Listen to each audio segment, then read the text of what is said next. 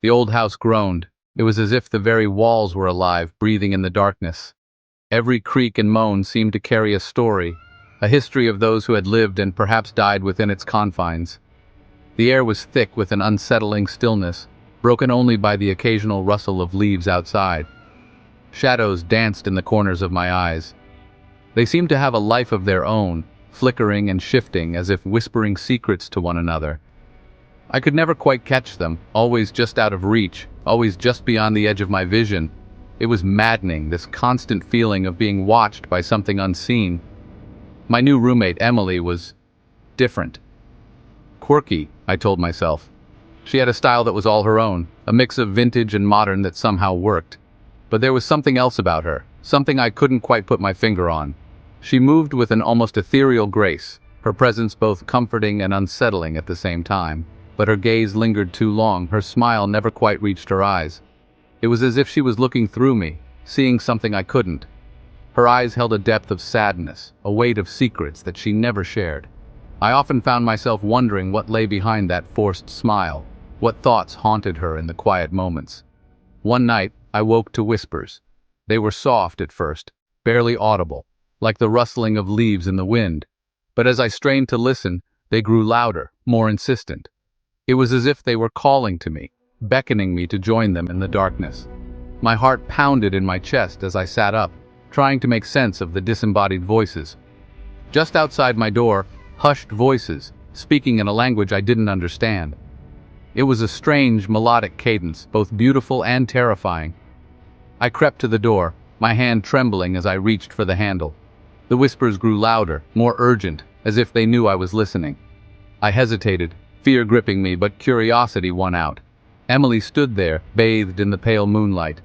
Her silhouette was hauntingly beautiful, her features softened by the gentle glow. She seemed almost otherworldly, a ghostly figure from a forgotten time. I called out to her, but she didn't respond. She just stood there, staring into the night, lost in her own world. Her eyes were blank, distant. It was as if she was in a trance, her mind far away from the present moment. I reached out to touch her, to bring her back, but she recoiled, her eyes flickering with a momentary spark of fear. She mumbled something incoherent, her voice barely a whisper, and then she was gone, slipping back into the shadows. "Just talking in my sleep," she mumbled when I confronted her. But the whispers continued.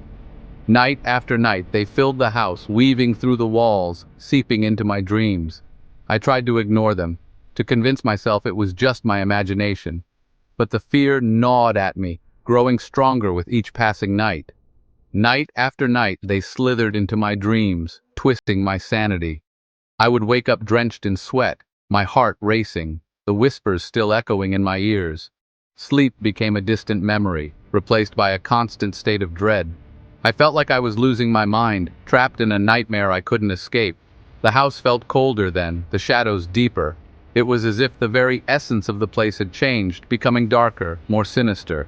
The once familiar rooms now felt like a labyrinth of fear, each corner hiding a new terror. I could feel the presence of something malevolent, lurking just out of sight, waiting for the right moment to strike. I was living with something not quite human. Emily was no longer the quirky roommate I had once known. She had become a stranger, a vessel for something dark and ancient.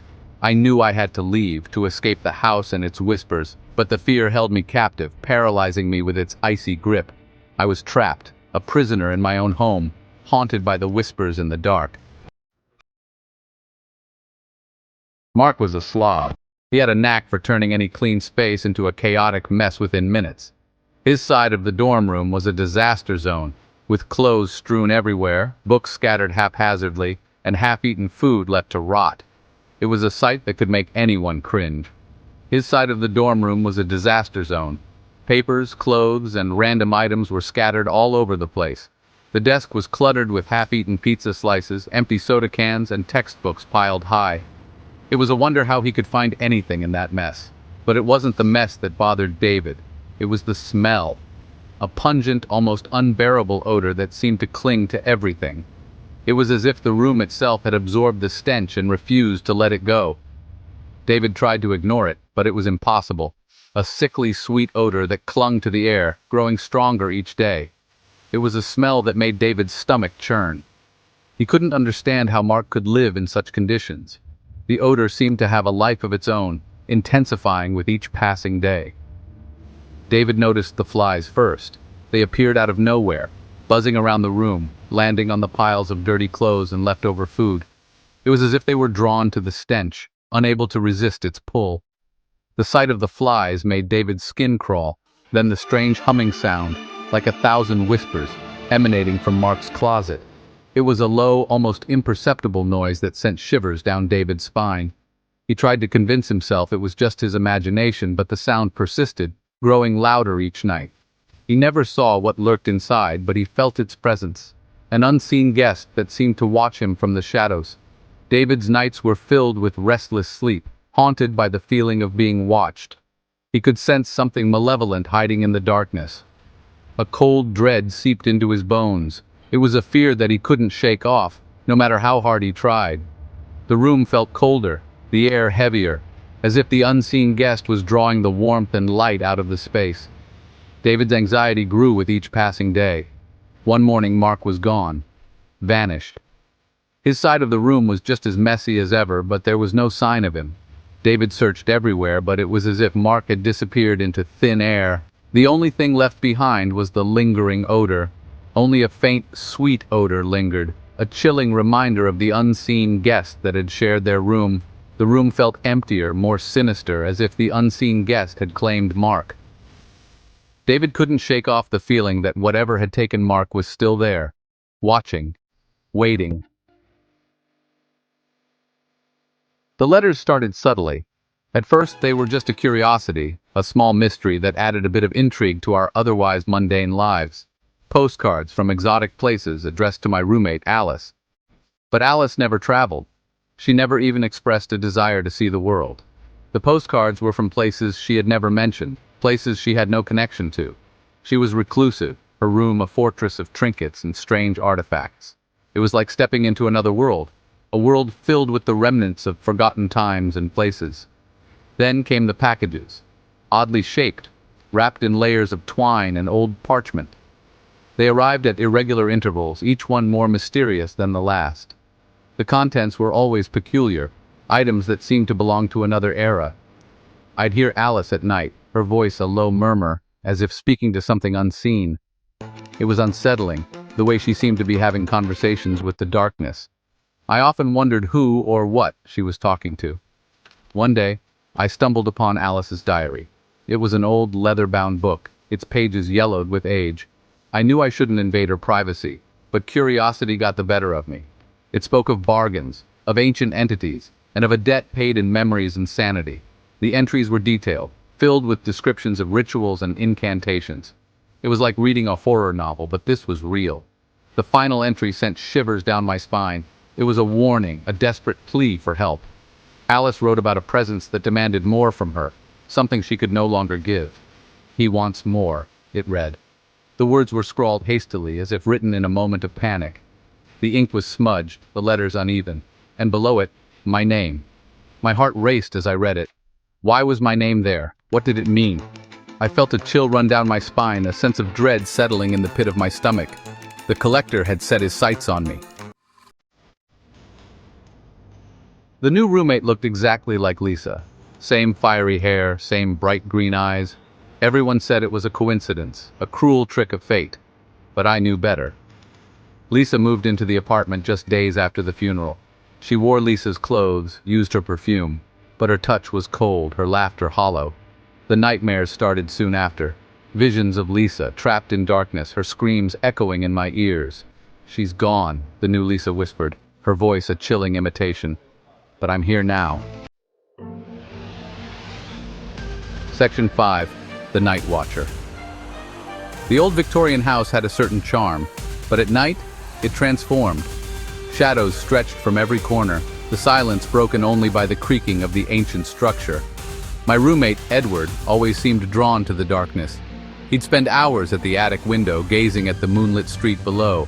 One night, I awoke to a cold draft. Edward was gone, the window wide open.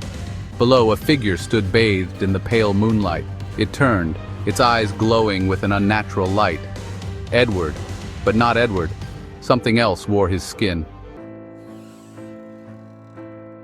Section 6. The Haunting on Harbinger Lane. The house on Harbinger Lane had a sinister reputation. Locals whispered of a family murdered within its walls, their souls forever trapped. But rent was cheap, and we were desperate. At first, it was just strange noises. Footsteps in the dead of night, disembodied whispers, the feeling of being watched. Then, things escalated. Objects moved on their own, shadows took on menacing shapes. Our roommate, Sarah, changed. Her once vibrant personality dimmed, replaced by a chilling detachment. "They're lonely," she'd whisper, her eyes distant.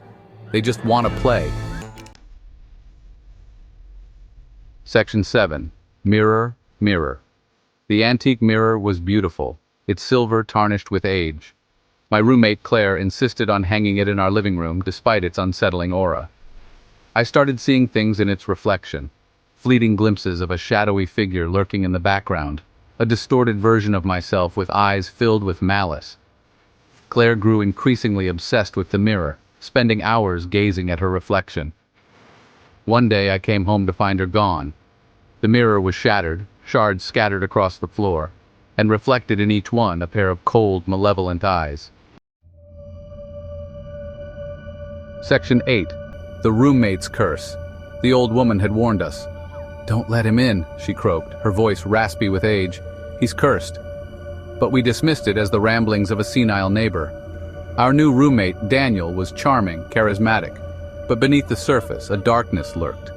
He never slept, his eyes always watching, always hungry. One by one, our loved ones met with tragic ends. Accidents, they called it. But I knew the truth. Daniel's curse spread like a virus, consuming everything in its path, and soon it would be my turn. Section 9. Conclusion, Alone in the Dark.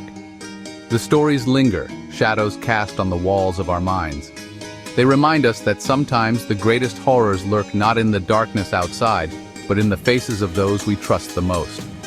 The next time you hear a bump in the night or feel a chill run down your spine, remember these tales, and be careful who you share your home with. You never know what nightmares might be lurking in the shadows, waiting for their chance to emerge.